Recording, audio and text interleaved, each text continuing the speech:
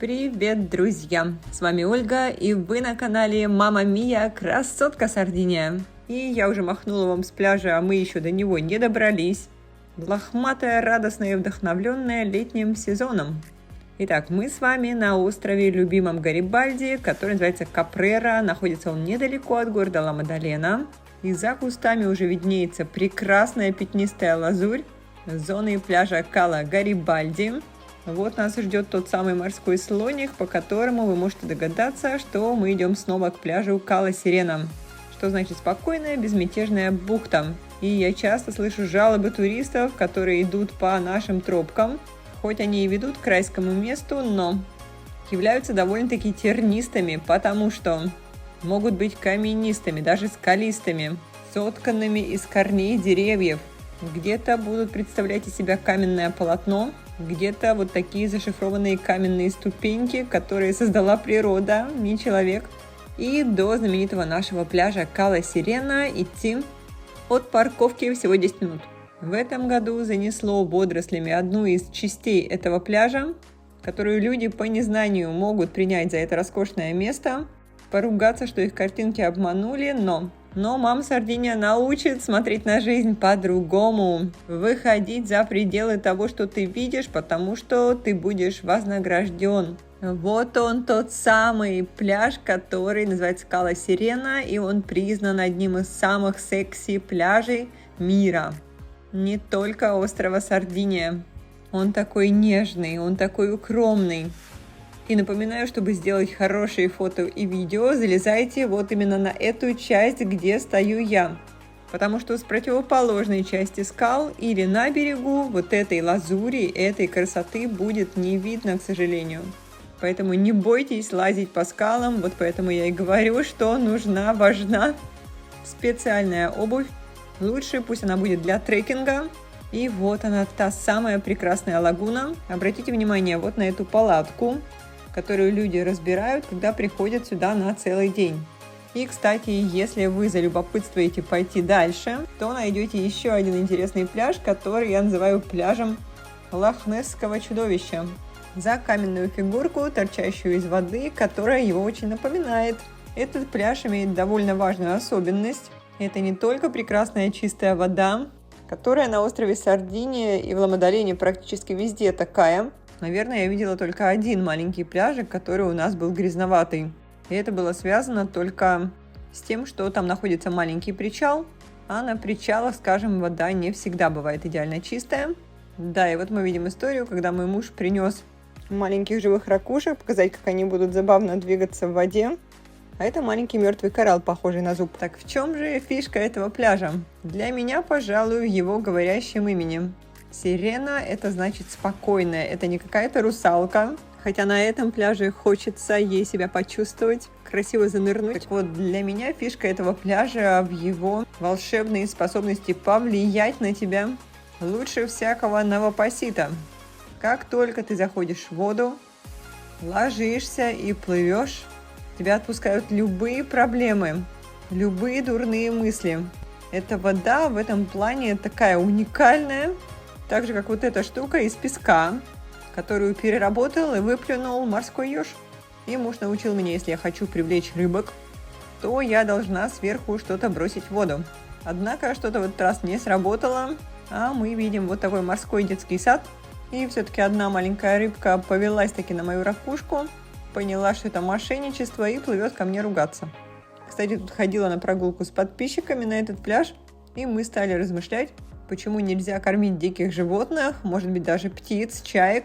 Чайки в Ла-Мадолене, в принципе, довольно-таки спокойные. А вот в Риме нет, они могут утащить и кусок пиццы из рук. Кстати, в начале июня вода еще не такая теплая, поэтому вот такие костюмчики, как вы видели, в воде очень сильно выручают, не дают замерзнуть. Они называются здесь мутино. И на прокат их можно взять обычно в каком-то центре для дайвинга, если вы сильно мерзнете в воде или плохо плаваете. Потому что этот костюмчик обладает волшебным свойством держать вас на воде, тем самым даст больше уверенности и, возможно, вы поплывете. Так вот, почему же не стоит кормить диких животных? Потому что люди у них начинают ассоциироваться с едой.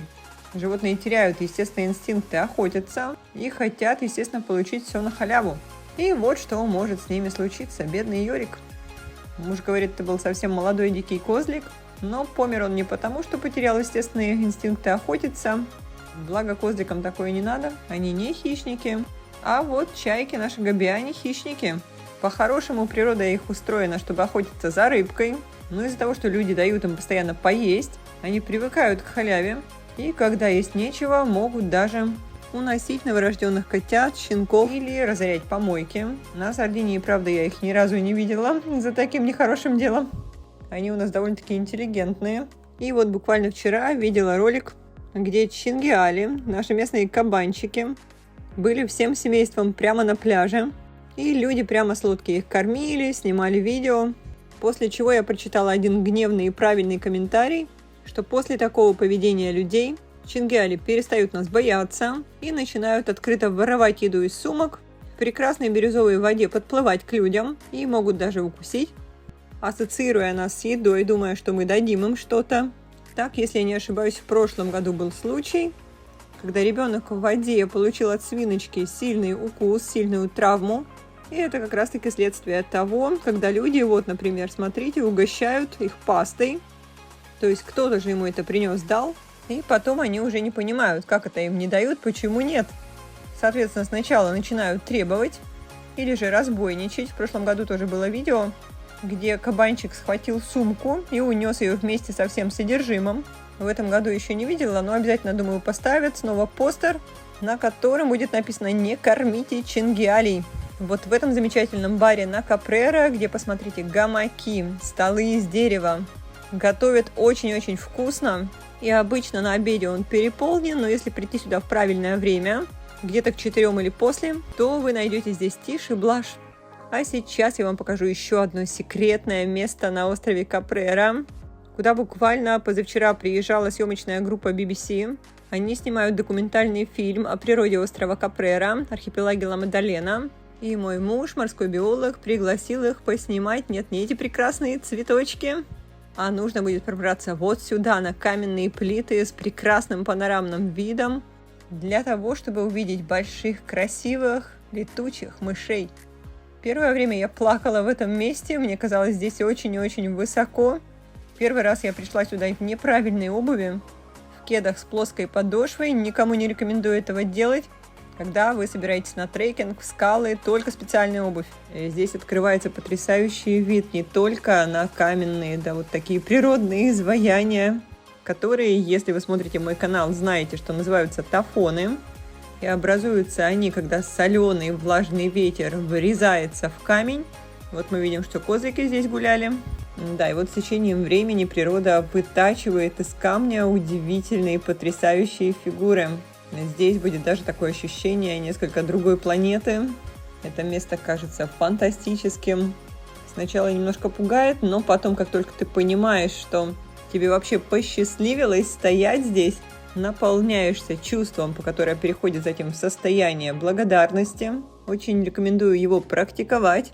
Это для меня лично была одна из первых ступенек мотивации, базы для саморазвития, потому что это помогает тебе найти радость, увидеть чудесную, восхитительную сторону твоей жизни, позитивную. Это повышает духовное состояние. И вот оно, это чудесное место, где спят главные героини этого кусочка видео, летучие мышки. Вон они. На Сардинии я знаю 2 вида летучих мышей. Первые поменьше, живут в кронах высоких деревьев, тоже вот в таких скалах, в ущелинах. Но они маленькие, а вот эти будут побольше. И ни в коем случае не стоит бояться ни первого, ни второго вида, потому что на Сардинии это никакие не родственники графа Дракулы. Но вот первый вид летучих мышей, те, которые поменьше, они охотятся на кровососов, наоборот даже все. Потрясающие суперполезные существа, охотятся они на комаров. И вы посмотрите, какая прелесть, похожа на кошечку черную. И вот этот вид, обитающий в высоких скалах, он тоже ест комаров, но преимущественно больших ночных бабочек. Большие ночные бабочки называются лефалены на итальянском языке. А вот эти чудесные друзья, которые выходят на охоту ночью и на самом деле не вылетают, как это часто изображают в фильмах ужасов, таким вот роем, а вылетают, внимание, поодиночке, очень дисциплинированно, очень организованно. Откуда я это знаю?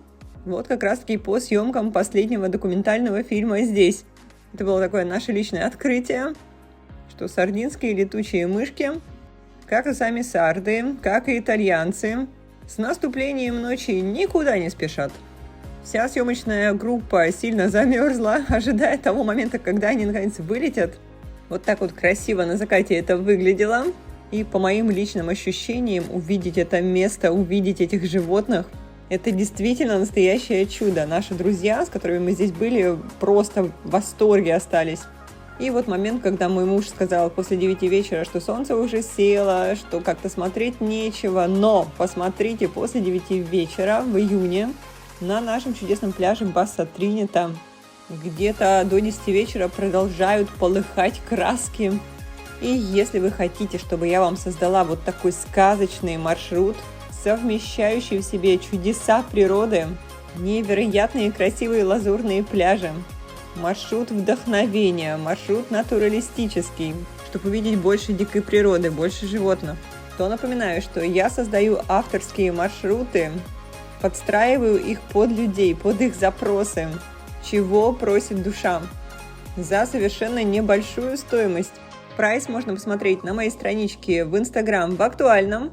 Кстати, пляж Басса-Тринита – это одна из наших звездочек. Пляжей города Ла-Мадалена, а их много. Еще у нас есть потрясающие лазурные дикие пляжи архипелага Ла-Мадалена.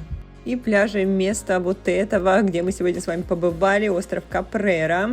Я часто его показываю на канале. Это вот вечерняя панорама того места с летучими мышками.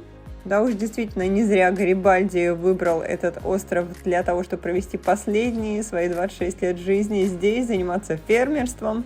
И повелел последние часы своей жизни потратить, глядя в окно на свой любимый остров Капрера и на Корсику. Но не потому, что ее очень сильно любила, потому что тем самым, умирая, дал такой сигнал, что я за тобой присматриваю, поскольку Корсика – это у нас территория Франции, и французы нападали, бывало, с Корсики на Сардинию. Но об этих историях я уже рассказывала в своих влогах, посмотрите, если интересно. Напоминаю, что могу сопровождать ваш отдых онлайн, что-то консультировать на месте, решать какие-то ваши проблемы, возникшие здесь, и консультировать вас по острову Капрера, где очень-очень много вот таких прелестных пляжей, удивительной красоты. И в оставшейся части видео даю вам возможность просто ими полюбоваться, понять, что все это находится на острове Капрера, рядышком, прямо с городом Ла-Мадалена, разделяет всего лишь мостик. И на Капрера очень важно не запутаться. Как я поняла, последний раз со мной случилась такая оказия, что я пропустила поворот, но благо ушли мы недалеко. Но самое главное в любой ситуации оставаться спокойным, потому что я посмотрела, другая группа тоже волшебным образом в этот день сбилась, и они, получается, вышли к парковке еще позже нас. Наверное, были магнитные бури. Поэтому, если вдруг будете гулять по острову Капрера, если я с вами буду на связи, то смогу вас всегда сориентировать. У меня под боком муж, который родился на острове Сардиния в этих местах. Он тоже в прошлом профессиональный гид, сейчас занимается больше морской биологией, своей основной специализацией. Ну, в общем, в любом случае все будет отлично, все будет в порядке, и никто нигде не потеряется, потому что островок Капрера небольшой.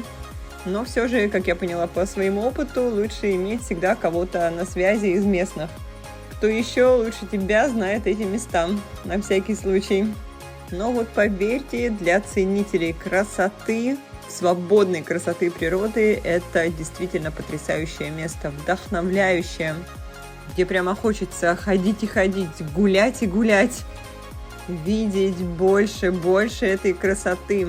И вот по разнообразию того, что вы сейчас видите, я поэтому предлагаю туристам приезжать в Ла-Мадалену на подольше, чтобы успеть посмотреть всю эту многообразную, посмотрите, разную красоту.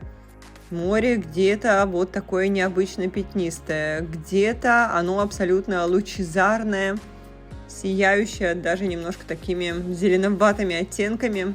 На Капрера очень много военных крепостей, по которым можно лазить, можно забираться достаточно высоко, любоваться панорамой прекрасной. Для любителей приключений это восхитительное место. Как, собственно говоря, и для всех остальных. Например, вот на этот пляж можно приехать, поставить машину на бесплатной парковке. Будут две части пляжа. Одна такая на парковке немножко дикая, другая вот такая беленькая, райская, с тенечком. Если хотите такое изолированное дикое приключение, длинный трекинг, то на Капрера он тоже есть. Там будет в скалах, вот в таких прекрасных, как будто из слоновой кости, спрятан не только вот такой интересный пляж, но и замок.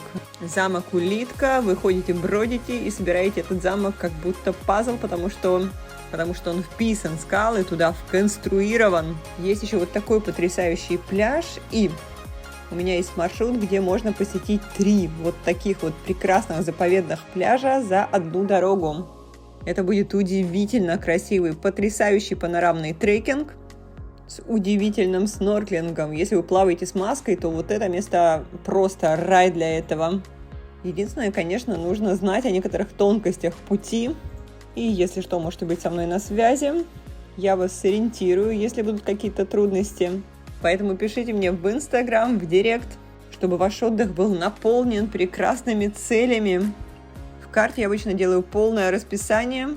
В какое время выезжать, сколько времени занимает дорога, где обедать, ужинать, что посмотреть, как правильно одеваться, что надо обязательно иметь в виду, знать туристу. В общем, обращайтесь. И любители животных на Капрера могут увидеть их прекрасных козликов Капрера. Диких, лохматеньких, красивеньких. Но это если повезет, потому что животные вольные, они у нас не прикормлены, гуляют где хотят. Что я считаю прекрасным.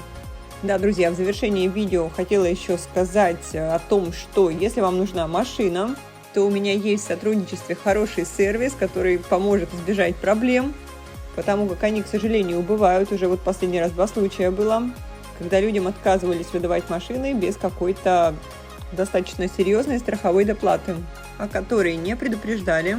Поэтому, если что, пишите мне, я помогу. И составляя маршрут, я могу предусмотреть сразу экскурсии с русскоязычным гидом, согласовать ваше расписание, стоимость экскурсий, которую гарантированно проведет профессионал. За дополнительную плату могу найти даже апартаменты для вас. Напоминаю, что у нас с мужем апартаменты в городе Ла-Мадалена. 2-комнатные, красивенькие, недалеко от пляжа, 5 минут пешком.